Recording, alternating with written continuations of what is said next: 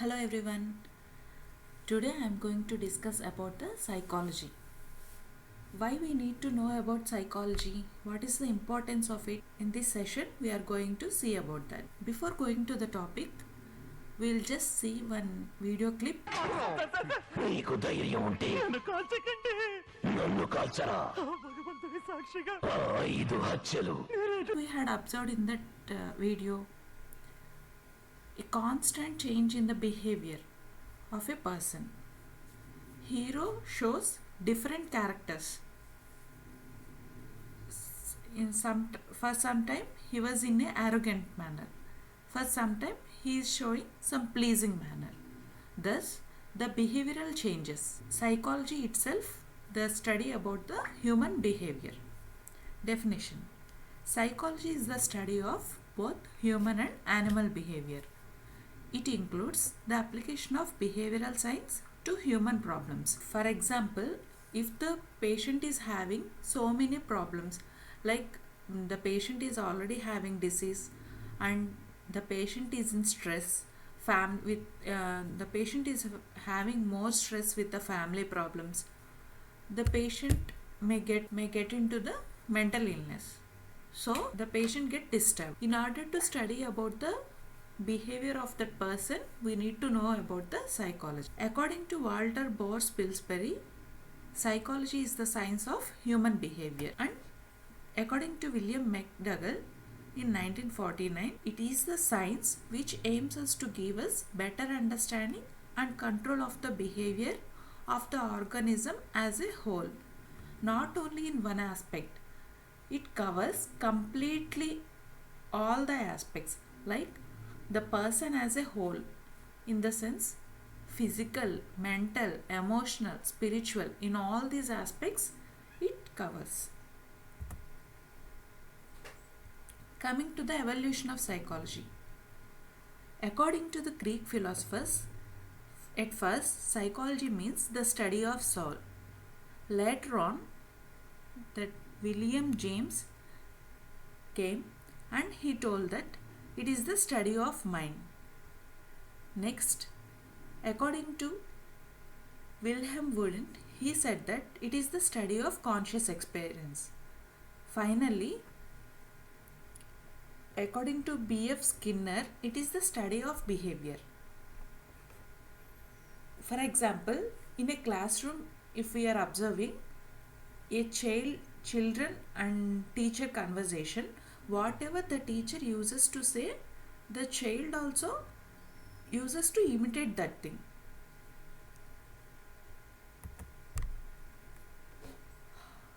How the psychology works. Universities and colleges, it occupies about 27.2%. In elementary secondary schools, it is about 4.2%. In business, government or consulting services, it is about 12.1%, and independent practice, it is about 33.1%. But mostly this psychology will be used in hospitals, counseling and clinics. That is about 22.3%. For example, if the patient with mental illness came to the hospital, along with the medicines, he need to take counseling also. Whatever not reduced with the use of medicines, it will get reduced by counseling. Behavior. Psychology itself, the study of behavior, it covers these three aspects: cognitive or motor activity, cognitive activity and affective activity. Cognitive activity means whatever we will perform our daily activities like walking, swimming, dancing, we'll use our motor skills. That is the motor or cognitive activity. Next, cognitive activity. Cognitive activity, that is mainly thinking and reasoning. Thinking in the sense, for example, if we are going to construct a building, we'll have some plan. How we need to construct that building, what area we need to select, how much space it occupies, and the plan of the building, like where to keep the kitchen, wardrobe and dining hall. Like that, we need to have some plan in our mind. That is the cognitive activity.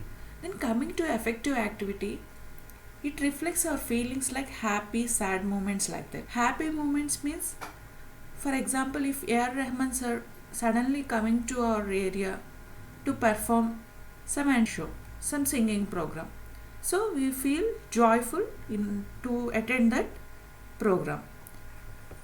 And if suppose suddenly some person died that he was lovable to our family, we feel so much sad and will go to agony. History and origin of science of psychology. The Wilhelm Wundt was the person, he was the first to say about the psychology, the human behavior. He is a German philosopher and psychologist. He is also known as father of psychology. Development of psychology. This development of psychology, it came into existence through these 5 aspects: structuralism, gestalt psychology, functionalism, behaviorism, psychoanalysis. Coming to structuralism, structuralism is the one who find the units or elements which make up our mind. Then gestalt psychology, it is the whole pattern of sensory activity, how our senses will act, it covers. For example, if we touch some hot pan, immediately we will remove our hand. How we are acting? The nerve impulses from our fingertip, it goes directly into the brain. So the brain will send the message to remove the hand. That is gestalt psychology. Functionalism. Functionalism means what mind and behavior do. Whatever the mind proposes, we will perform that through our behavior. Then behaviorism. Behaviorism includes the study of human behavior and animal behavior. Not only it deals with the humans, but also it covers the animals. At last, psychoanalysis. Psychoanalysis was founded by Sigmund Freud. He also developed the theory of behavior and mind. Both theories he developed. He says that whatever will have the feelings in our unconscious mind, that will come as behavior and thought. Expression of unconscious themes which shows in the behavior and thought. For example, dreams. At night we will have the dreams. From morning, whatever we will think continuously in our mind, it will come as a dreams in the night. Then scope of psychology.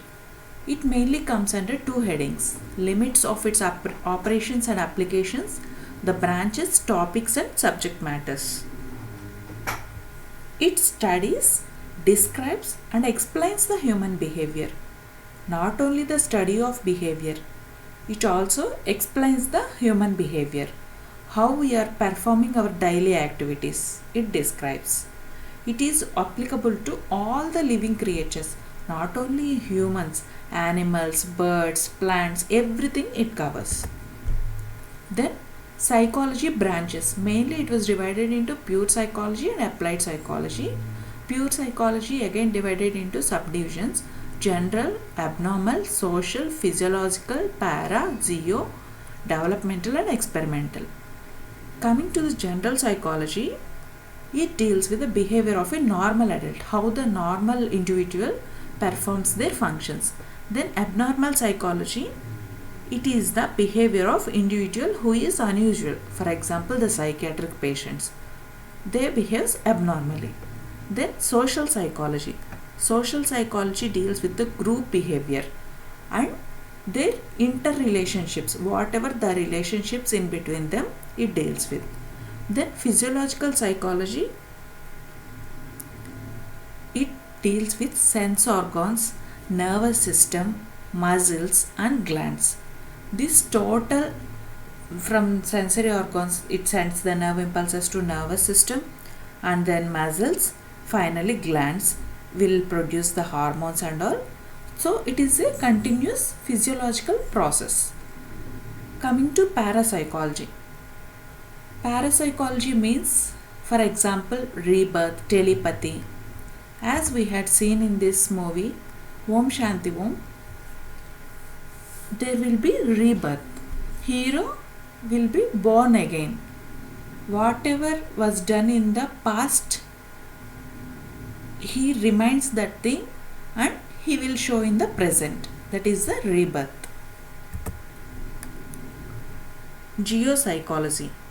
Geopsychology deals with the weather, climate with the behavior. Developmental psychology. This psychology deals with from birth to old age.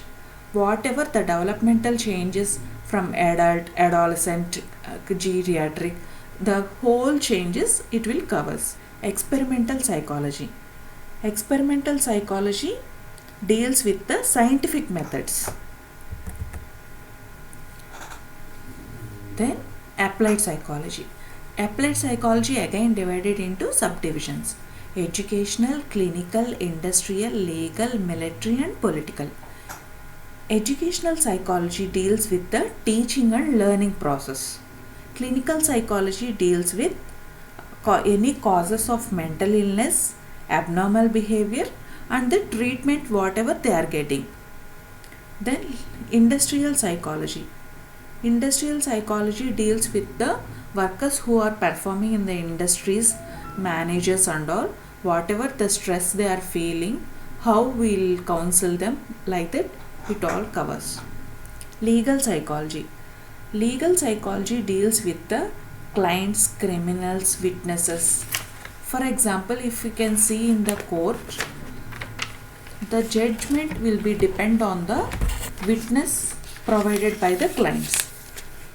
If the witness was proved as a correct, then the judgment will be given. Military psychology. Here the psychology deals with the morals of the army persons. For example, if we see that the Abhinandan sir conversation with Pakistan when he caught after the Pulwama attack, how he behaved with that persons. A small video clip. This on record, and I will not change my statement if I go back to my country also. The officers of the Pakistani army have looked after me very well. They are thorough gentlemen, starting from the captain who rescued me from the mob and from his jawan, from his soldiers, and thereafter the officers into the unit which I was taken to. Okay. This is what I would expect my army to behave as, and I am very impressed by the Pakistani army. Okay, wonderful. So, Wing Commander, you hail from which place in India? Am I supposed to tell you this, Major? I'm sorry. I'm from down south. You're from down south? Yeah. Okay. And are you married? Yes, I am. You're married? Yes. Okay. I hope you like the tea. The tea is fantastic. Thank you. Okay. And now coming over to some specifics. Which aircraft you were flying? I'm sorry, Major. I'm not supposed to tell you this, but I'm sure you found the wreckage. And what was your mission? I'm sorry, I'm not supposed to tell you this. Through this video clip, what we had seen, how he maintained his morals. Then political psychology. Political psychology deals with the study of politics and the political gains. Then how it is relevant to nursing. Why it's important for the nursing to know about this psychology. It helps us to understand first of all ourselves, next to understand patients, to understand others. Understanding ourselves in the sense we can know about our motives, desires, emotions, our feelings and attitude. Through this we can gain so much knowledge in order to perform our profession successfully. To understand the patients. In this, the patients will have the tensions, worries, pains, doubts about their mental illness or any other disease, whatever they are suffering. So, we need to counsel them. Understanding others. Others in Others like nurses, doctors, patient attenders. The patient attenders will have so many doubts regarding the health issue of their particular relative. So we need to guide and counsel them. Not only in these aspects, it also covers to recognize the abnormal behavior, provide quality care to the patients. Quality care in the sense complete comprehensive care, not only in the physiological needs, biological, psychological, spiritual, each and everything they will cover. Help adjust to the situation, to change the environment. For example, here we see a boy who lost their parents in the accident may be adopted by the foster parents. If the care was given by the foster parents reflects the same as the care given by their own parents, the child will have the successful life. Otherwise, it will be spoiled. Then effective studying, readjustment. Readjustment in the sense to overcome the homesickness, self-reliance, everything it will happen. Thanks for watching our video. Please share your feedback. We'll be coming up with more sessions like this.